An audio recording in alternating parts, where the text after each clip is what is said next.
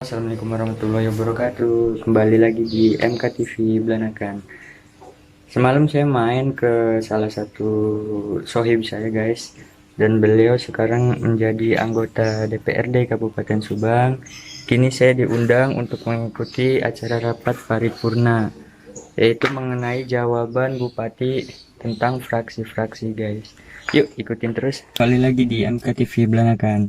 Kali ini kegiatan saya itu saya diundang oleh rekan saya untuk mengikuti rapat paripurna di gedung DPRD Kabupaten Subang. Beliau itu salah satu orang untuk menginspirasi generasi kita guys, generasi muda, generasi milenial guys.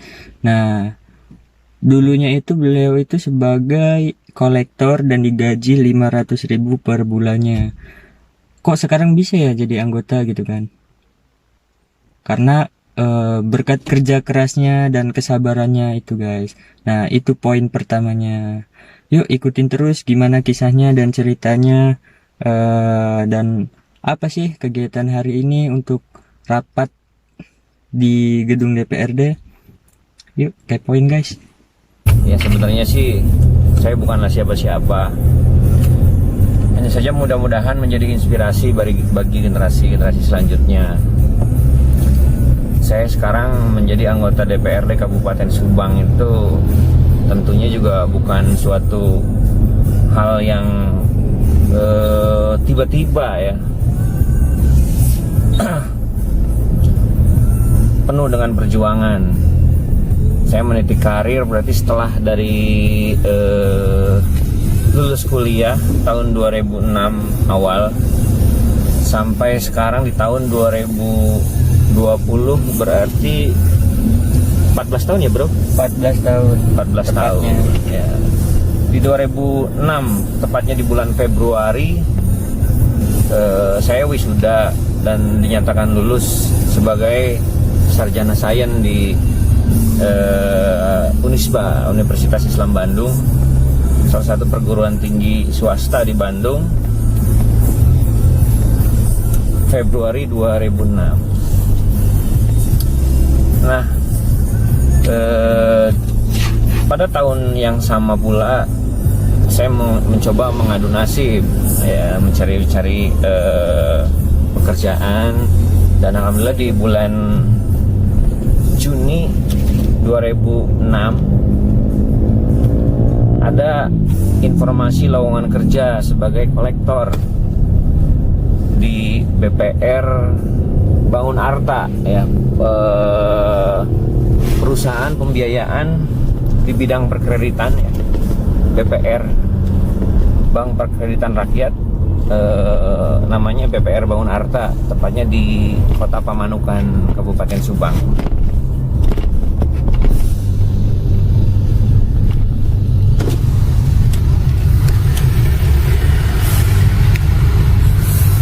Jadi kita sedang menuju ke gedung DPRD guys.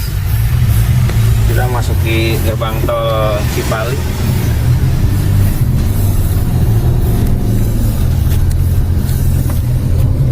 Lanjut ya proses.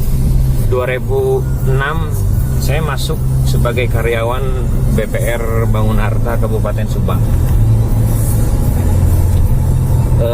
Tidak bertahan lama saya bekerja di situ, dan yang patut teman-teman ketahui juga, saya lulusan sarjana mau menerima dengan gaji pokok 200.000 adalah suatu hal yang bisa dikatakan sulit dipercaya, karena bagi teman-teman di zaman sekarang ini mungkin jangankan lulusan sarjana, untuk lulusan SMP SMA saja menerima gaji 1,5 juta 2 juta ya dirasa tidak cukup ya. Dan perlu juga diketahui bahwa tahun 2006 itu UMR untuk Subang sendiri itu sudah di angka 900-an.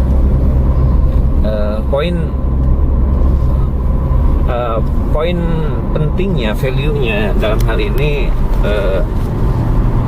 saya menggarisbawahi bahwa ketika ada kesempatan teman-teman berapapun rupiah yang kita dapat, ya syukuri saja dulu. Terkadang memang itu hal yang sulit, namun bagi sebagian orang tentunya juga, mungkin salah satunya saya, hal tersebut adalah menjadi motivasi saya di awal karir kerja saya.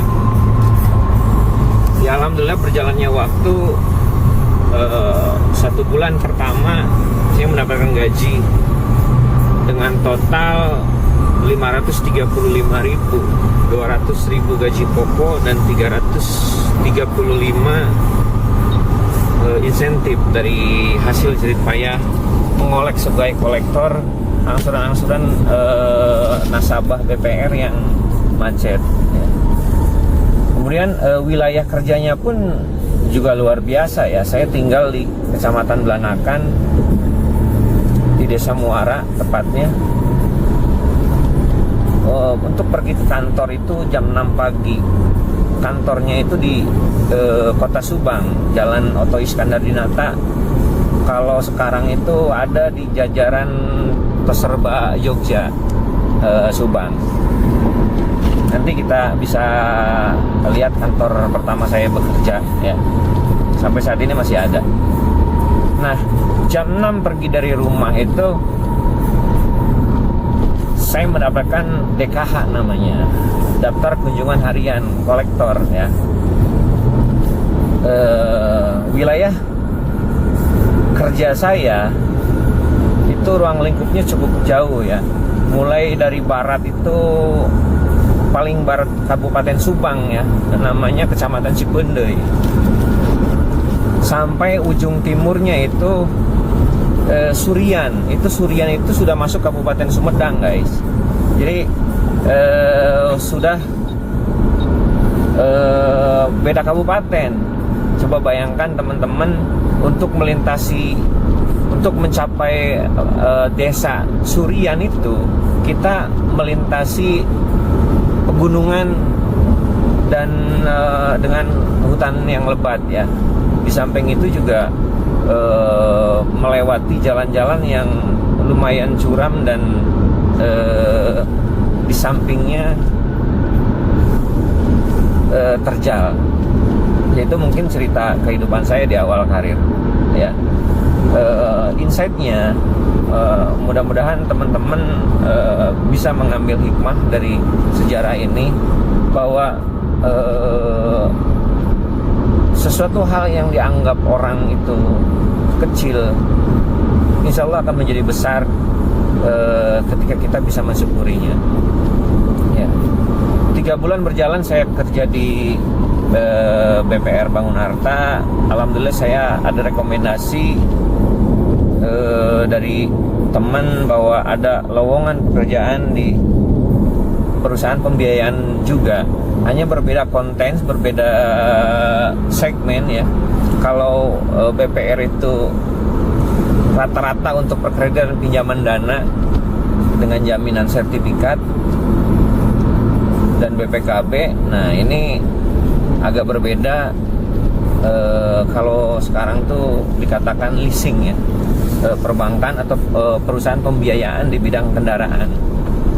Nah, saya mencoba melamar ke PT FIF, Federal International Finance, ya, yang beralamat di Kota Subang. Itu tahun 2007, ya. Selang 6 bulan setelah saya kerja di BPR Bangun Harta 2006 bulan 6, ya. Nah, masuk ke FIF itu di akhir 2006, ya, di akhir 2006, Desember menjelang Januari, ya, menjelang Januari 2007. Nah, kalau waktu di BPR itu saya kerja sebagai kolektor, menagih angsuran konsumen-konsumen atau debitur-debitur yang macet, di FIF saya ditempatkan sebagai surveyor. Tugasnya adalah menyurvei atau menganalisa calon-calon debitur yang akan mengajukan kredit kendaraan, ya. kelayakan mereka. Kebetulan memang ini agak nyambung dengan bidang pendidikan saya, yaitu di statistika ya, untuk menganalisa data. Berjalannya waktu, alhamdulillah masuk ke FIF dari pekerjaan sebelumnya dengan gaji pokok 200.000 masuk ke FIF karena memang ini perusahaan skala nasional, jadi menggunakan UMR ya, upah minimum regional. Jadi saya bisa mendapatkan gaji pokok saat itu kurang lebih 900.000. Tentunya belum ditambah insentif dengan tambahan bonus atau apa ya? Ya bisa dikatakan bonus dari perusahaan dengan kinerja pencapaian kinerja kita. Oke guys, jadi itu cerita dari Pak Ratno. Jadi ini buat memotivasi kalian juga, buat generasi muda zaman sekarang, terus semangat, jangan sampai kalian putus asa. Berapapun gajinya yang sekarang profesinya sebagai karyawan, jalani dulu aja, karena insya Allah kedepannya ada hasilnya gitu kan. Seperti beliau pada dasarnya dulu seorang kolektor, dan hingga sampai titik saat ini bisa mencapai jenjang sebagai seorang. Ini suasana PSBB di Kabupaten Subang ya, masih cukup ramai ya. Dan kita nanti turun harus memakai masker ya teman-teman. Oke.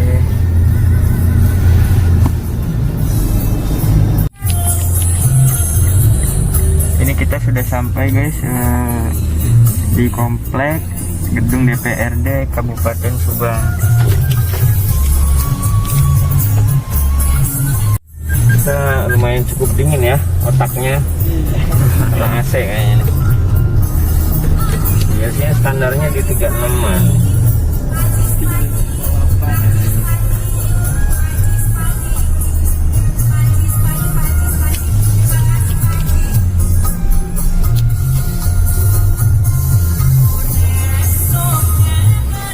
Ya, sudah sampai.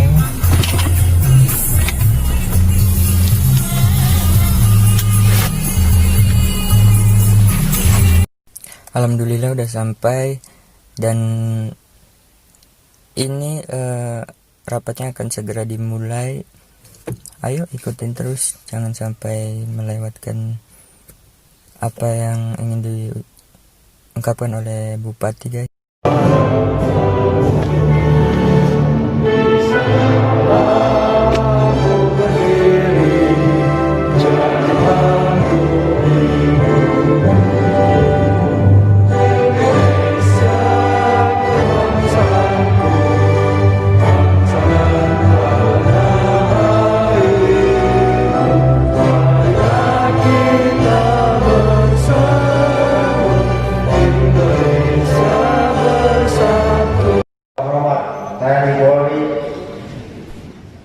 Yang terhormat para anggota DPRD Kabupaten Subang, para kepala dinas, badan, instansi, lembaga yang kami hormati, hadirin dan hadirat yang berbahagia. Pertama-tama, marilah kita panjatkan puji dan syukur karena Allah Subhanahu wa Ta'ala. Berkat rahmat dan karunia-Nya, kita masih diberikan kekuatan untuk berkumpul bersama di ruang sidang dalam keadaan sehat walafiat. Salawat dan salam kita persembahkan kepada suri tauladan kita Rasulullah Muhammad SAW, kepada keluarga dan para sahabatnya, serta kita sebagai umat. Selanjutnya, tanggapan kami terhadap pandangan umum fraksi Partai Amanat Nasional sebagai berikut. Kami sampaikan terima kasih kepada fraksi Partai Amanat Nasional yang telah memberikan masukan terkait percepatan penanganan COVID-19 di Kabupaten Subang. Masukan tersebut sangat berharga dalam efektivitas dan pemberlakuan PSBB Kabupaten Subang, sehingga PSBB Kabupaten Subang diharapkan dapat menekan penyebaran dan peningkatan kasus COVID-19 di Kabupaten Subang. Kami juga sependapat dalam fraksi Partai Amanat Nasional bahwa program-program pemerintah akan berhasil dilaksanakan apabila diimplementasikan dengan tepat, mendapatkan dukungan partisipasi dari masyarakat dan anggaran yang memadai, serta dilaksanakan dengan transparan, akuntabel, dan berkualitas. Selanjutnya, terkait pengalaman fraksi PAN, kami sampaikan hal-hal sebagai berikut. 1. Pendapatan daerah tahun 2019 memang tidak mencapai target. Ketidaktercapaian tersebut terutama disebabkan dari dana bagi hasil pajak dan bukan pajak, dikarenakan penyaluran dana bagi hasil di bulan keempat tahun 2018 diprioritaskan untuk penyelesaian kurang bayar dana bagi hasil sampai dengan tahun anggaran 2019 sesuai diterbitkannya Peraturan Menteri Keuangan Nomor 180 dari PMK 07 dari 2019 tanggal 3 Desember 2019 tentang perubahan rincian dana bagi hasil dan penyaluran dana bagi hasil triwulan 4 tahun anggaran 2019. Penetapan indikator kinerja dan target kinerja Dinas Pendidikan dan Kebudayaan telah mengacu kepada RPJMD Kabupaten Subang tahun 2018-2023. 3. Dalam menangani kasus gizi buruk, kegiatan program gizi tidak hanya aspek kuratif saja, tetapi aspek promotif dan preventif yang lebih baik dikedepankan. Upaya yang telah dilakukan adalah sebagai berikut. A. Pelatihan PMBA. B. Pelatihan konselor menyusui. C. Pelatihan pengasuhan gizi. D. Pelatihan tata laksana gizi buruk. E. Pelatihan pemantauan pertumbuhan. Sedangkan aspek kuratif terintegrasi dalam pelayanan terpadu dan hasil pelacakan kasus yang dilakukan dalam surveillance gizi dan intervensi gizi dalam memberikan PMT dan pendampingan sasaran serta seluruh intervensi spesifik lainnya. 4. Kami sampaikan ucapan terima kasih kepada fraksi PAN atas dukungan yang diberikan terhadap proses relokasi APBD anggaran Kabupaten Subang tahun 2020 untuk percepatan penanganan COVID-19. Pemerintah daerah Kabupaten Subang berkomitmen untuk mempedomani semua peraturan perundang-undangan yang mengatur tentang penganggaran percepatan penanganan COVID-19. 5. Data penerima bansos tunai dan non tunai sudah kami lakukan verifikasi dan validasi serta pemandangan data baik itu usulan pusat, provinsi maupun daerah. Untuk papan pengumuman desa agar pencabutan penerima bansos akan segera ditindaklanjuti dengan instruksi bupati kepada seluruh kepala desa untuk melakukan hal tersebut.